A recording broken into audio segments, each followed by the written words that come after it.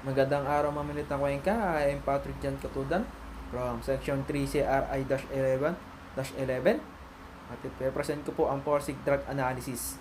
So, bago po natin simulan ang ating presentation, dito muna tayo sa lesson objectives. So, define and discuss physiology drugs, drug test and specimen tampering. Differentiate qualitative and quantitative analysis of drugs specimen. So, table of contents. So, slide 2, describe why forensic drug analysis is important and to what particular case does it apply. And slide 3, explain the reason why people use drugs and explain what is a drug test, when and where drug test is prescribed. So, slide 4, explain why and how people tampering with drug test specimen. So, last slide 5, differentiate qualitative and quantitative analysis of drug specimen. So, proceed po tayo sa slide 2. So, describe why forensic drug analysis is important. To what particular case does it apply? Because the goal of forensic drug chemistry is to determine whether the material submitted contains an illegal substance. Based on the result of the analysis, law enforcement can pursue criminal charges and the court can determine appropriate sentence. To apply it in cases like drug smuggling and people who use drugs.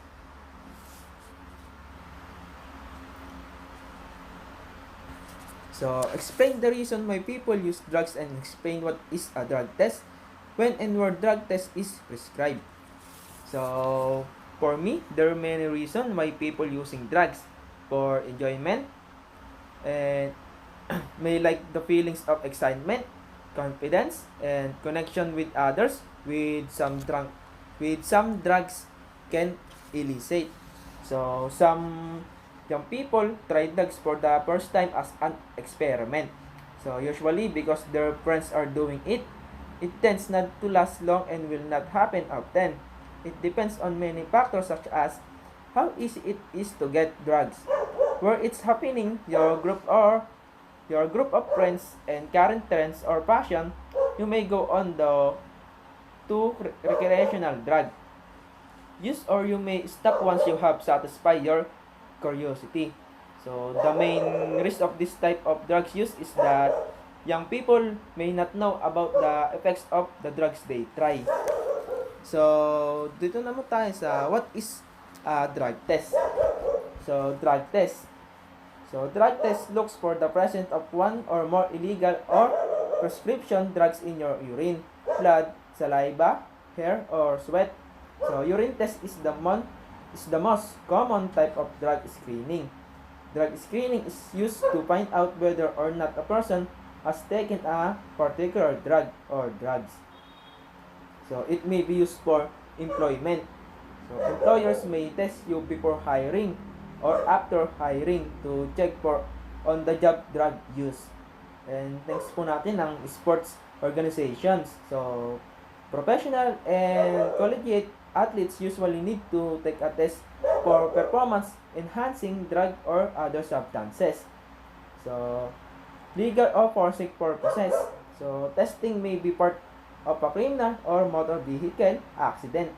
So drug screening may also be ordered as part of a court case. And last natin, yung monitoring opioid use. So, if you've been prescribed an opioid for chronic pain, your healthcare provider may order a drug test to make sure you are taking the right amount. So, a drug test generally requires that you give a urine sample in a lab. You will be given instruction to provide a clean catch sample. So, the clean catch method includes the following step.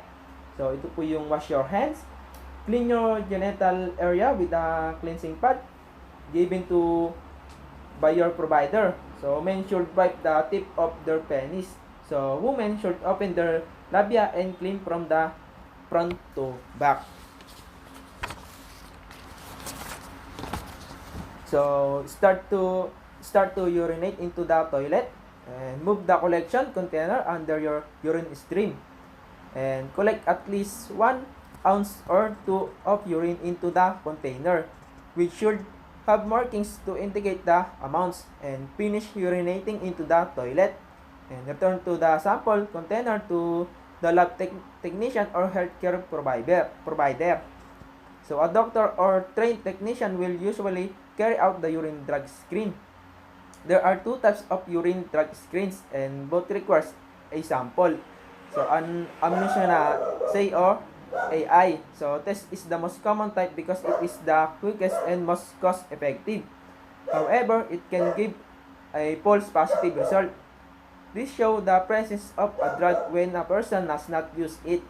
The second type of urine screen can confirm the result of an AI test. The second test is called gas chromatography mass spectrometry or tinatawag na GCMS.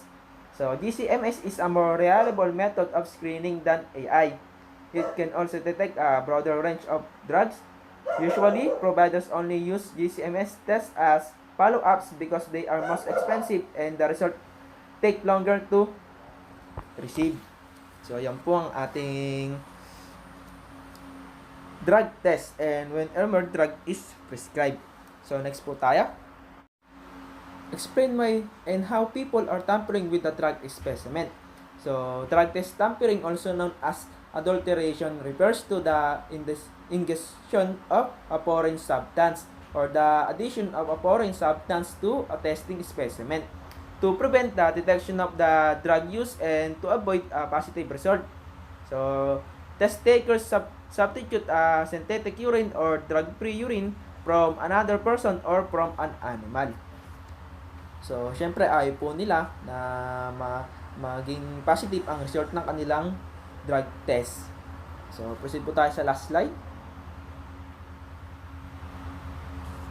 So, differentiate qualitative and quantitative analysis for drug specimen. So, a qualitative test tells you if a particular substances analyte is present in the specimen. So, while quantitative test tell you how much the quantity of an analyte is present in specimen. So, yan lang po ang kanilang pagkakaiba. So, balik na po tayo sa ating front page. So, na-discuss po naman natin ng ating physiology drugs, drug test, and specimen tampering. And ang pagkakaiba ng qualitative and quantitative. So, muli po, ito po si Patrick Katudan. Present po ang Parsing Drug Analysis. So, magandang araw po mga litang ka. God bless po.